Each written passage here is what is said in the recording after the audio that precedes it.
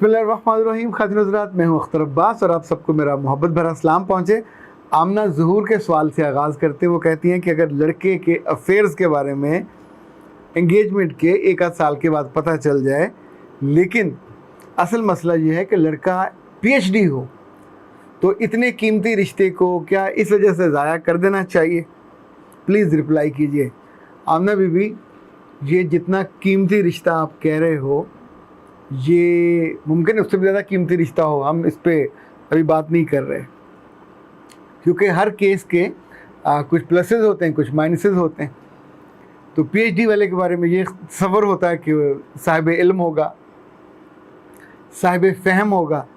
मैंने आमतौर पे इनको एक मज़मून और एक मज़मून में एक मौजू पे ही माहिर देखा है, ज़िंदगी के माहिर इनको नहीं देखा। इनके अंदर ज़िंदगी की बड़ी सोच, या जो ज़िंदगी की खूबसूरती होती है, या जिसमें ये लोगों को लीड कर सकें, गाइड कर सकें, या एक सोच की जो वसअत होती है जो आपको बड़ा आदमी बनाती है, बड़ा स्कॉलर बनाती है। आई डोंट नो क्यों उससे ये महरूम होते हैं, अपने असातिज़ा की वजह से या अपने चॉइस की वजह से। लेकिन उसका जो दूसरा बड़ा मनफी पहलू है कि पीएचडी टीचर्स की बीवियाँ, जितने केसेस मेरे पास रेगुलर उनके आते हैं, उन सबको एक ही इशू होता है कि ये लोग जब पीएचडी स्कॉलर्स के, अच्छा, एडवाइज़र बनने का मतलब होता है कि आपको इल्म ज़्यादा है, आप उस बच्चे या बच्ची को गाइड करेंगे और उसकी ज़िंदगी आसान करेंगे। ये नहीं आसान करते, और वहाँ आम तौर पे ये शिकायतें, बच्चियाँ अब नहीं शिकायत करती हैं, दबा लेती हैं, लेकिन करैक्टरलेस साबित होते हैं, बारहा साबित होते हैं। बहुत दफ़ा यूनिवर्सिटी में जब शिकायत आती है तो ज़ाहिर है इस लेवल के लोगों की शिकायत पे दुख ज़्यादा होता है, तकलीफ़ ज़्यादा होती है। कभी कभी पिछले दिनों गोमल यूनिवर्सिटी के एक हेड ऑफ़ डिपार्टमेंट को निकाला गया इसी वजह से, और भी कई यूनिवर्सिटियों में इस तरह के शिकायत। अब सोचें हेड ऑफ़ डिपार्टमेंट बनने में कितनी उम्र लगती है, पीएचडी के बाद आप पूरे प्रोफेसर होंगे, पर फिर भी आपका जो करैक्टरलेस होना है, जो नीच होना है, वो साथ साथ रहता है, और नीच होना बड़ा होता जाता है, क्योंकि आपको लोगों को स्नब करना आ जाता है, आपके पास इख्तियार होते हैं, आपके पास नाम बड़ा हो जाता है। आप सोचते हो कि अल्लाह ने शायद उस इलाके में आपको स्पेयर किया हुआ है। रुसवाई तो आती है, फिर उस वक्त रुसवाई आपके बच्चों को या बीवी को या फैमिली को जो मिलती है वो फेस नहीं की जाती। तो अगर खुदा ना खास्ता, 100 दफ़ा खुदा ना खास्ता, ये आपके फियांसी के बारे में शिकायत दुरुस्त हैं और अभी से आपको पता चल गया, तो बेटा फिर अल्लाह से बेहतर मुतबादल की दुआ मांगें। ये आपका राइट मैच नहीं है, ये रॉन्ग नंबर है, इससे बच जाइए। और बेहतर मुतबादल की दुआ, इन्ना लिल्लाहि व इन्ना अलैहि राजिऊन, अल्लाहुम्मा उजुरनी फ़ी मुसीबती व अखलिफ़ ली खैरुम मिनहुम। ये दुआ आपके मुतबादल, इंशाअल्लाह आपको बेहतर रिश्ता मिल जाएगा, बेहतर मियाँ मिल जाएगा, और इस दुख से, इस तकलीफ़ से जो आपने सहनी है उससे आप बच जाओगे। अहमद आसिफ ने कहा, sir you are my love, my hero. बहुत शुक्रिया। क्रिएटिव ने लिखा है, sir you are like a kind mother. चलें, बहुत अच्छी बात है, और काइंड अब्बा भी तो हो सकता है। अच्छा, ये फ़ारूक खान का, माशाल्लाह सर बहुत ही अच्छे गाइड करते हैं, थैंक यू वेरी मच। और सनान ने लिखा है कि sir you are really informative for girls and families as well as for boys. आप हमें दुनिया की तलखी से और हक़ाइक़ से रूशनास करा के हमें वहाँ से बेहतर बनने का रास्ता दिखा देते हैं। अल्लाह जी, बहुत शुक्रिया। पाक मॉम इन मस्कत ने लिखा है कि सर मैंने भी नहर ज़ुबैदा देखी है, इसलिए आप जब बातें कर रहे थे तो मुझे एक एक चीज़ ऐसे लग रही थी जैसे मैंने अपनी आँखों से देखी हुई है। So nice of you. Zahid एहसान ने लिखा है कि सर मलका ज़ुबैदा की जो वीडियो है इसने दिल खुश कर दिया, ईमान ताज़ा हो गया, अल्लाह आपको खुश रखे। अच्छा, वैसे मुझे हैरत हुई कि ईमान ताज़ा होने वाली तादाद कम है, यानी आई डोंट नो, इसको आपने शेयरिंग कम की, अपने दोस्तों को कम बताया, चूँकि ज़िंदगी के सारे मसले सिर्फ शादी और निकाह से और मंगनी से नहीं जुड़े हुए। ज़िंदगी खूबसूरत लोगों से खूबसूरत होती है, वो लड़कियां हों, वो लड़के हों, जिनके अमाल उनके जाने के बाद भी इस काबिल होते हैं कि उनसे मोहब्बत की जाए, उन्हें याद रखा जाए, उनका तज़किरा किया जाए। तो इसलिए मुझे ये मलका ज़ुबैदा का जिक्र करके बहुत अच्छा लगा था। नासरा अली ने लिखा है कि सर मेरे हबी कभी ब्रश नहीं करते, बदबू से मेरा दम घुटता है। सच्ची बात है, कभी कभी मेरा जी चाहता है कि हाइजीन पे हम थोड़ी और बात करें, पर इसमें कसूर आपके हबी का नहीं है, اس میں قصور حبی کی ماں کا ہے. حبی جب بڑا ہو رہا تھا, جب لڑکا تھا, انفیکٹ اگر اس وقت وہ 5 وقت نماز پڑھ رہا ہوتا, دن میں 2 دفعہ برش کرنے کی عادت ہوتی, اور ماں نے اس بات کو میک شور کیا ہوتا.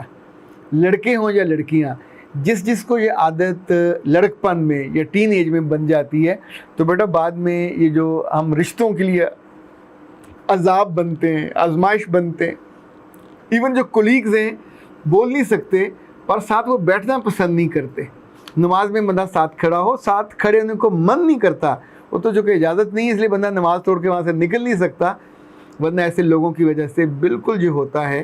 اور آپ اگر کہو گے, یعنی مرد اگر عورت کو کہے تو اس کو ہم ٹھیک مان لیتے ہیں, اور عورت اگر مرد کو کہے تو پھر وہ ناراض ہوگا, پھر آپ سے بدلے لے گا, پھر وہ کہے گا کہ تم نے میری انسلٹ کی ہے اور تم نے مجھے ڈسگریس کیا ہے. تو ڈسگریس تو میاں تم خود ہو رہے ہو, اپنی صفائی کو, اپنی ہائیجین کا خیال نہیں رکھتے, برا کرتے ہو. اپنی منہ صاف نہیں کرتے, برا کرتے ہو. اپنا جسم صاف نہیں کرتے, برا کرتے ہو. جہاں جہاں سے حمق آتی ہے اس کا علاج تمہاری بیوی نے نہیں کرنا, تم نے کرنا ہے. تو سارے مرد جنہیں بہت زوم ہے اپنے مرد ہونے کا, ناراض مت ہوئیے. ویسے ہونا تو ہو جائیے گا, چونکہ جب آپ کے ساتھ والوں کو آپ تکلیف دیتے ہو تب وہ آپ سے کہے بھی نہ, یعنی ہم ساری عمر آپ کی شکایتیں سنتے رہیں اور اس پہ کا سر دھنیں. آپ کو کہیں گے نا کہ اللہ کے بندو انسان بنو. جانور بھی اپنی دمیں, پاؤں, بال اس کو زبان سے چاٹ کے صاف ستھرے کرتے ہیں تو نیٹ اینڈ کلین ہوتے ہیں اور آپ کے پاس آتے ہیں.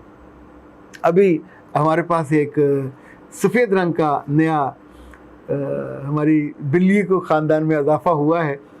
تو جو مدرلی فگر ہے وہ دن میں جب بھی اس سے وقت ملتا ہے اس کی آنکھوں کو, اس کے منہ کو, اس کے جسم کو وہ چاٹتی ہے. اللہ نے ان کے اندر بھی یہ سینس رکھی ہوئی ہے, جانوروں کے اندر بھی, تو انسانوں کے اندر تو زیادہ ہونی چاہیے. اچھا جی, صبح خان کہتے ہیں کہ ماشاءاللہ بہت خوب بھائی جان, اللہ پاک آپ کو سلامت رکھے. اوکے. عثمان نورین کہتی ہیں کہ بیٹے کے پاس ٹائم نہیں, بہو پہ آپ کہتے ہیں کہ خدمت فرض نہیں ہے, تو ماں باپ کیا کریں؟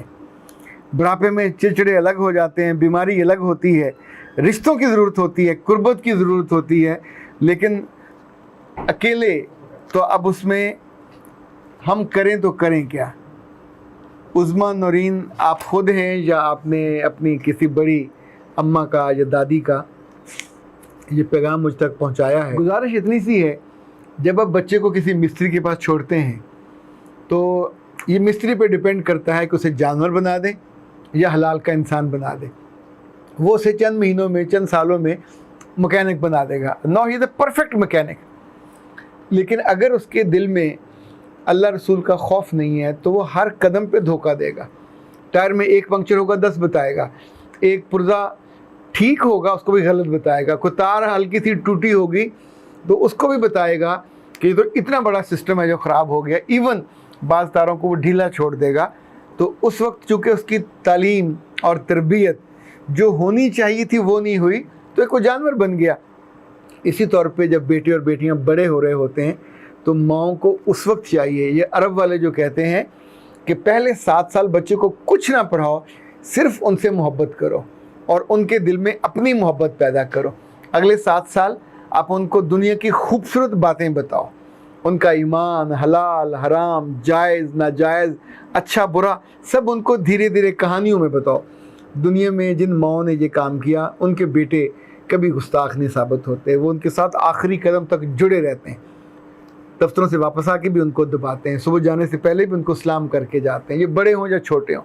لیکن جن ماؤں نے صرف یہ چاہا کہ ان کے بچے مشین بن جائیں, ایف ایس سی کریں, ڈاکٹر بنے, بالکل ڈاکٹر بنے, بدترین ڈاکٹر بنے, وہ ہمیشہ مریضوں کو بھی دکھ پہنچاتے ہیں اور ماں باپ کو بھی دکھ پہنچاتے ہیں.